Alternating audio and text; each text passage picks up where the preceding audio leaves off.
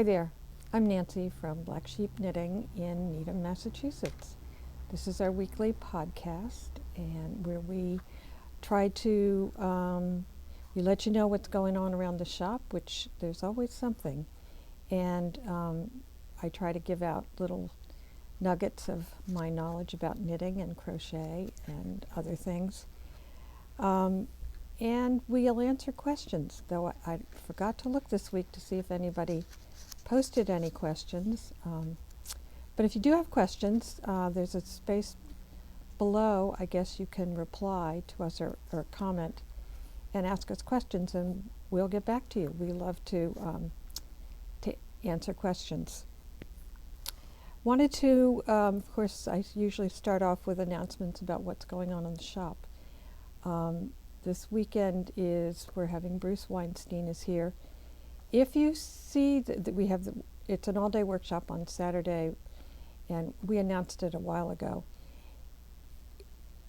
I think there's a couple spaces in the morning session. If you see this on Friday, you might see it on this video on YouTube on Friday, and you're interested in the morning session, you can call the shop and sign up, because I think there are a couple spaces. It's always fun when he comes, because he makes us lunch, a vegan lunch. And if you're here for the whole day, you get lunch, or half a day, you still get lunch. So that's a good thing.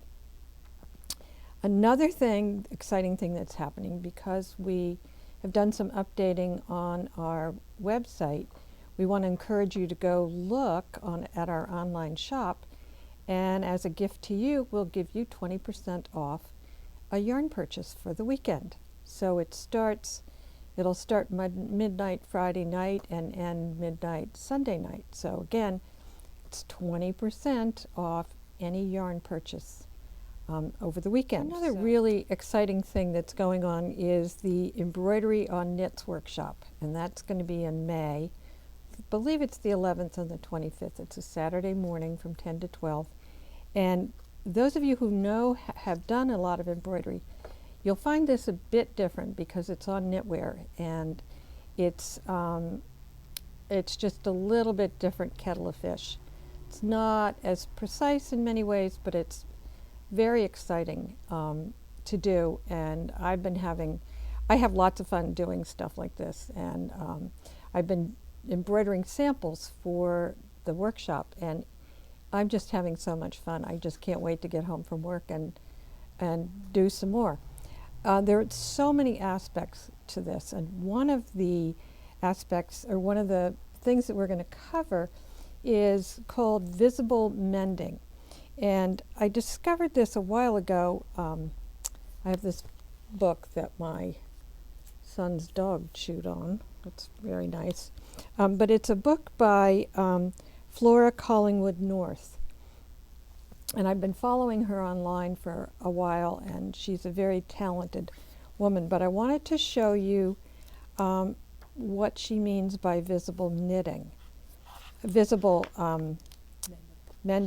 So if you have a hole in a sweater, I don't think she'd mind if I showed this in her book, but if you have a hole, there's a way of doing mending that is, you can make it part of your design or part of the, if you have like moth holes or snags or something, you can add little interesting, there are all kinds of things you can add or do. She does, there are different kinds of darning. There's Scotch darning, there's Swiss darning. Here's some interesting ones. The sleeve on this must have been just chewed up, and so she added to it, which I thought was fun. But she also has some where she's did it. Well, you can see here, she's added designs to it, added flowers. So there are just innumerable possibilities for something like this. So I found this book is really inspiring, and there's so many different ways that you can mend a hole and add you can just revitalize an old sweater. So don't throw those out. There's something that you can do with them. We're also going to cover duplicate stitch. Those of you who have made Christmas stockings or have made something where you want to add something to it later, like a name or a word or something like that, we're going to cover duplicate stitch. And then we're going to do all kinds of interesting embroidery that you can do.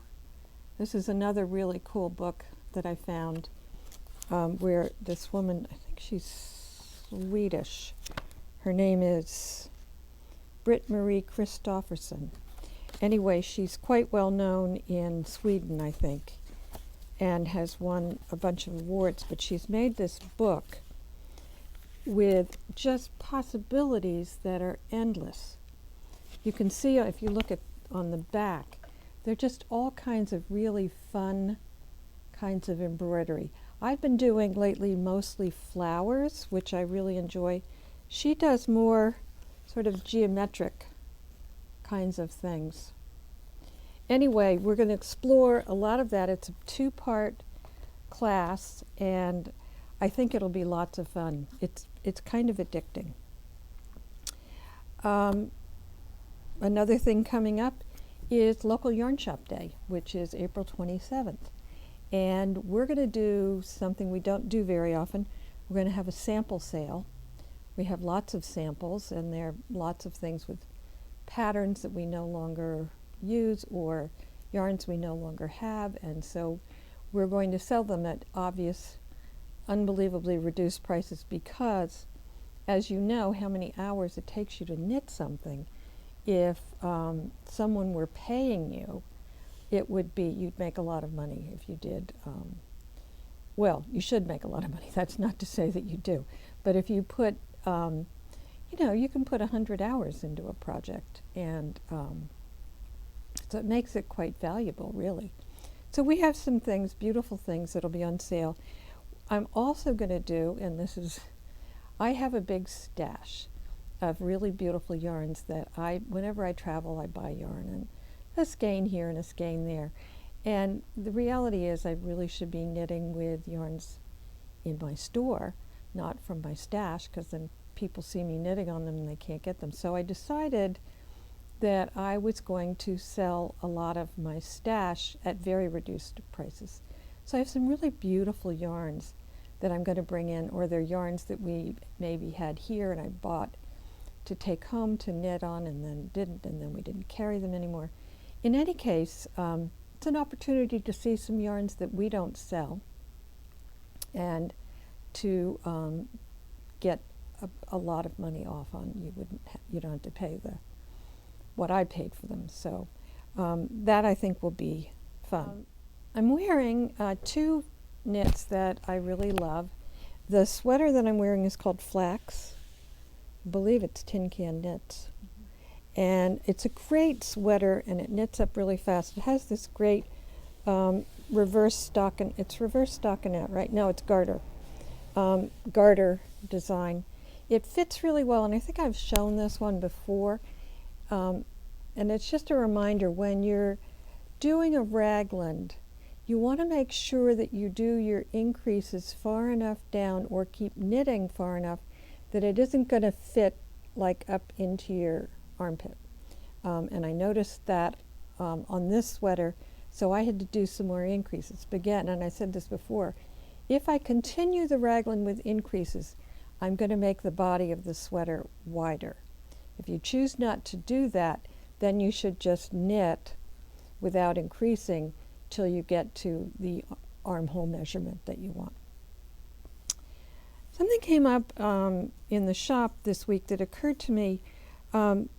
People come in, and this is not an accusation, but it's just an informative thing that I'd like to remind people. If you read the yarn label and you read your pattern, it will give you a hint as to where to go in the shop and what to look for and how much yarn you're going to need. So on your label, we have on the front our price tag with the name. This does not include a dye lot. The dye lots are on some other part of the label. This is a Barocco yarn, and this on here is where the dye lot and the color number are.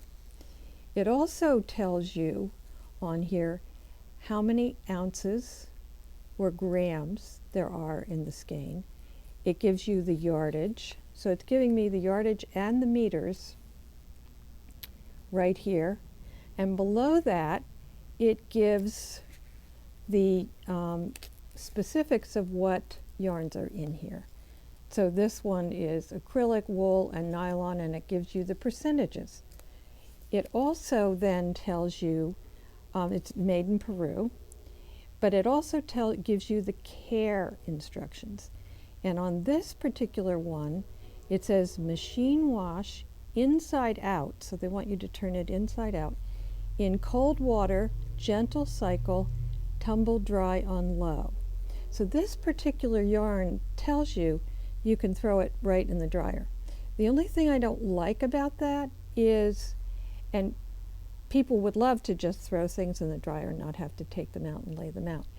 They get fairly beat up in the dryer, and fibers come off. If you've ever emptied your lint to contain whatever catches the lint in your machine, and in your dryer, you see unbelievable amounts of fuzz and fluff. Well, that's all coming off the clothing that was in there. So if you think about drying something over and over and over again, you're losing parts of the fiber.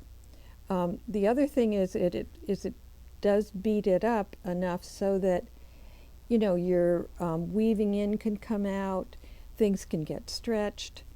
And I noticed one thing on my washer.